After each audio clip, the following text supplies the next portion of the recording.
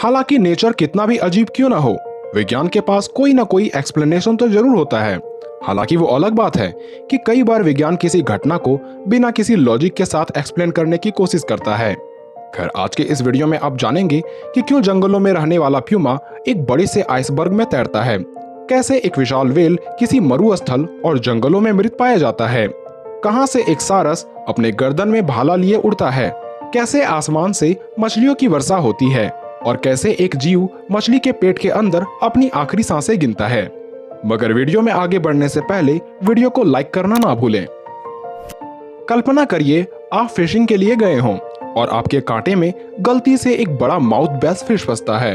आप इस बात की खुशी मना रहे होते हैं, पहली बार मछली कांटे में फंसी, इसलिए क्यों ना इसे हाथों से पकड़ा जाए।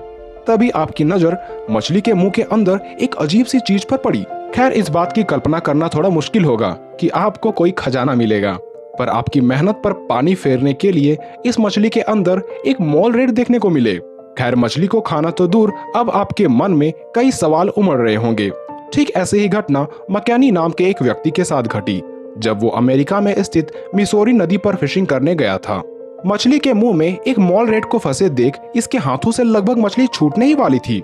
हालांकि वो रेट जिंदा तो नहीं था, पर यह चूहा मछली के मुंह में क्या कर रहा था और इस चूहे को मछली के मुंह में मरने की जल्दी क्यों हो रही थी।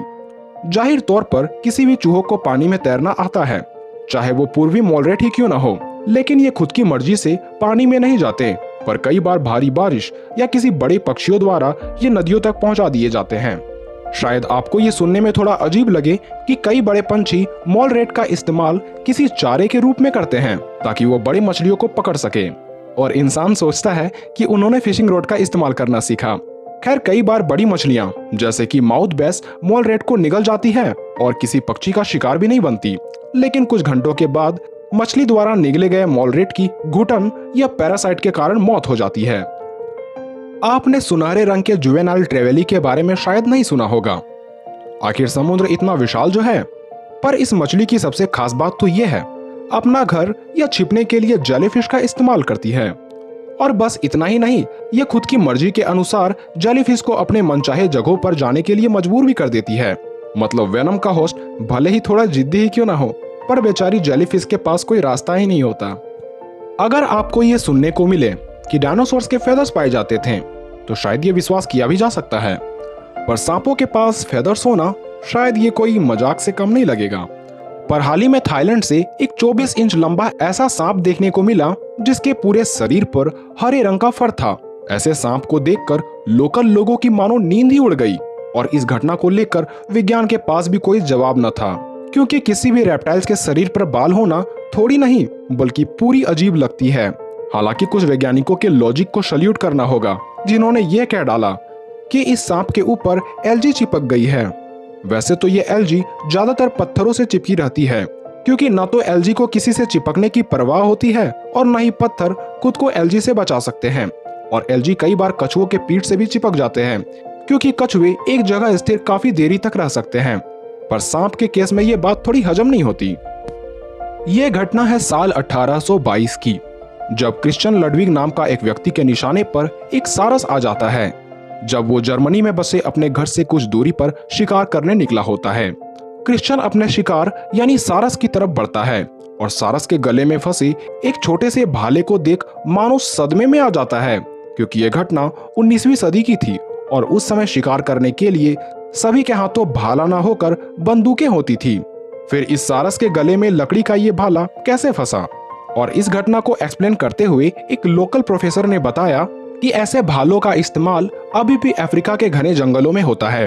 तो हो सकता है कि जब ये सारस अफ्रीका से होते हुए 2000 मील दूर यूरोप में आ रहा होगा, तभी किसी जंगल के रहने वाले आदिवासियों ने इस पर भाला फेंका होगा।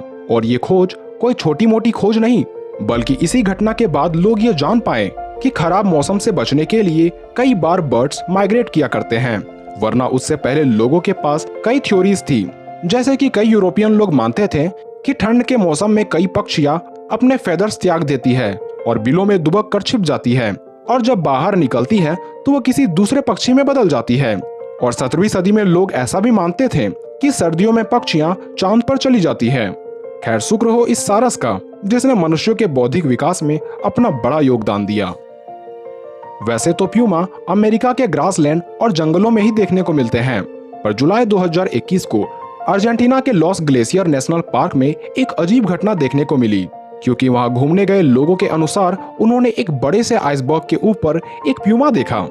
खैर, इस घटना को लेकर वैज्ञानिक उतने खुल के नहीं बोल पा रहे हैं, क्योंकि आज की स्थिति ऐसी है कि सभी को लॉजिक समझ आता है। मगर यही घटना 17वीं सदी में होती तो उम्मीद है वैज्ञानिक सीना ठोक कर कहते हैं कि प्यूमा अक्सर ट्रांसपोर्टेशन के लिए इस बर्फ के टुकड़े का इस्तेमाल करते हैं और आइसबर्ग के मालिक पेंगुइन को इसके लिए पैसे भी दिया जाता है। अब जरा कल्पना करें, आप घने जंगलों में कुछ खोजने के लिए गए हो और आपको जंगल में एक व्हेल पड़ी मिलती है। अब ऐसी स्थिति में मानो आपका विश्वास विज्ञान से उठ ही जाएगा।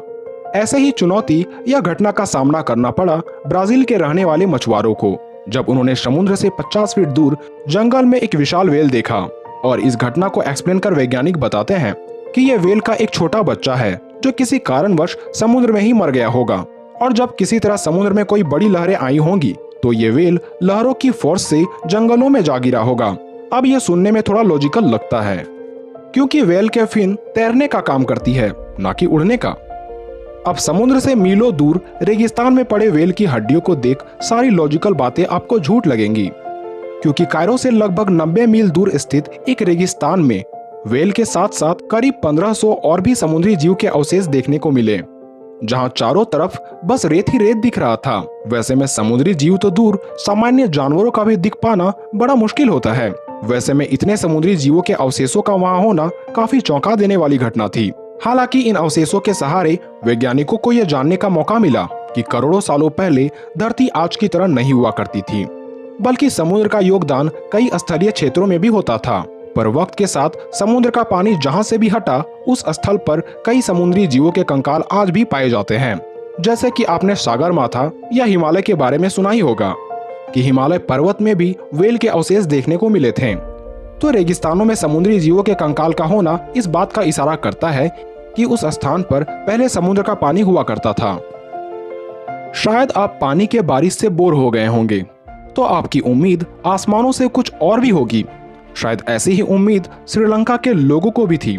इसलिए साल 2014 को श्रीलंका के एक गांव में भारी मात्रा में बारिश हुई, पर इस बार आसमां से पानी नहीं बल्कि मछलियां बरस रही थी। हालांकि मछलियों की बारिश को देख वहां के लोग चौंक ही गए, पर सभी ने ज्यादा कुछ सोचे बिना मछलियों को इकट्ठा करना शुरू कर दिया। और इसी प्रकार की एक घटना साल 2012 में श्रीलंका के ही एक गाँव में घटी, जहाँ झींगा मछलियों की बारिश देखी गई।